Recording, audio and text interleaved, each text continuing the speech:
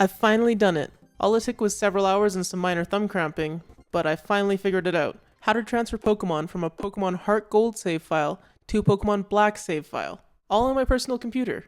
No Nintendo devices needed, except a 3DS to dump my ROMs and BIOS files from. Nintendo, please don't come after me. Now, the emulator we're going to be using is melonDS, which is free for both Windows and Mac OS. I'm going to be doing this from a Mac, but PC guys, you're pretty bright, and I think you'll be able to figure this out just as well. So this video will show you how to transfer Pokemon from Gen 4, HeartGold, SoulSilver, onto Gen 5, Black and White. Now I say transfer and not trade here because it's a one-way transaction. So if you want to keep your pristine Gen 4 living dex complete, don't say that I didn't warn you.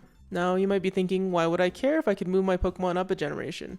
I've already played Pokemon Black and White and I don't really need to kick a dead horse here. Well, the reason is that from Gen 5 you can use Poketransporter on your 3DS, move your Pokemon to Pokemon Bank, and move your Pokemon from Pokemon Bank into Pokemon Home, which is currently the cloud storage system for Pokemon right now.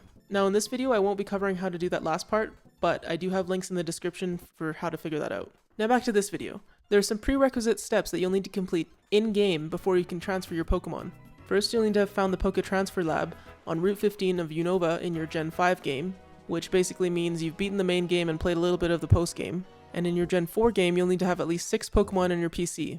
Now, with this last bit, to be fair, I haven't actually tested it with owning less than 6 Pokemon, but if you do have at least 6 Pokemon in the PC, the transfer won't progress unless you select all 6. Now, with that out of the way, let's get to setting up melonDS. So open up melonDS, go to the Config tab, and select EMU Settings. The transfer process requires us to select something from the actual Nintendo DS menu that loads before we open the game, so we're going to have to uncheck boot the game directly so that we can access that menu. Now move over to the DS Mode tab and check Use External BIOS and Firmware Files. You're going to need some Nintendo DS BIOS and firmware files, specifically the BIOS9.bin, BIOS7.bin, and firmware.bin. You can dump these files from your DS console and load them onto your computer.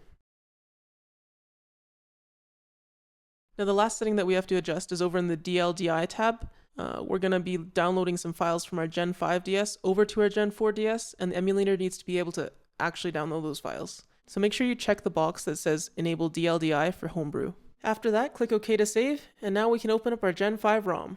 Once you've managed to make your way to the Poketransfer Lab on Route 15, I just usually fly to Black City or White Forest, then head west, go inside and up all the stairs to talk to the top scientist. He's going to double check and make sure that you want to make the transfer, and after you've saved and positively answered all of his questions, you'll be prompted to get your other DS console ready. At this point, you can navigate over to the System tab of melonDS and select Multiplayer. Then choose Launch New Instance, and a new melonDS window will pop up. Make sure to click on that window and then open your Gen 4 ROM as usual. Now, since we played with the settings a bit, you should be greeted with a Nintendo DS home screen instead of booting straight into the game. That's good. Don't start the game yet. Instead, click on the DS Download Play button that's just underneath and to the right of the game launcher. After you've selected that, you should find a new button with your Gen 5 game's logo on it that says Poketransfer ID and then your trainer ID. Select that, and you'll be asked if you want to download software. Select yes, and the download will start. It might take a minute or two, but if eventually it times out, it means something's up with your emulator and you need to either check your settings or just restart. Either way, you'll have to restart. Now, supposing everything went well, your first DS instance will prompt you to choose your Pokemon in your Gen 4 instance. You must choose 6. From there, it's as easy as selecting your Pokemon and starting the transfer. Or so you'd think. There's a little mini-game that you have to complete in order to get the Pokemon over to Gen 5, and it's mandatory. Like, if you fail the game, and yes, you can fail, you don't get to transfer those Pokemon you failed at, unless you restart it. So the game is like this little bow slingshot thing that you use to shoot Pokeballs at your Pokemon with, like to recapture them, I guess. And the more rare your Pokemon is, the harder it is to catch. And there is a time limit. If you don't catch all of your Pokemon within the time limit, you have to try again.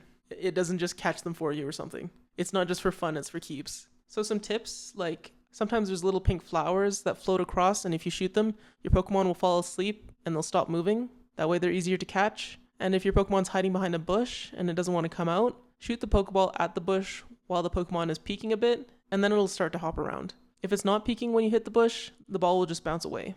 Alright, there you go. Once you've caught all your Pokemon, you'll be prompted to save and the Gen 4 device will shut down. Now, I don't know if this is a Mac thing or a melonDS thing or if I'm just doing something wrong, but anytime I open a multiplayer instance, regardless of what I'm doing with it, melonDS crashes. I don't know if it's a bug or something. Just in case this happens to you, Command-Alt-Escape is the shortcut to force quit apps on the Mac. And there you have it. Thanks for watching. If you liked the video, give it a like and have fun moving your Pokemon around.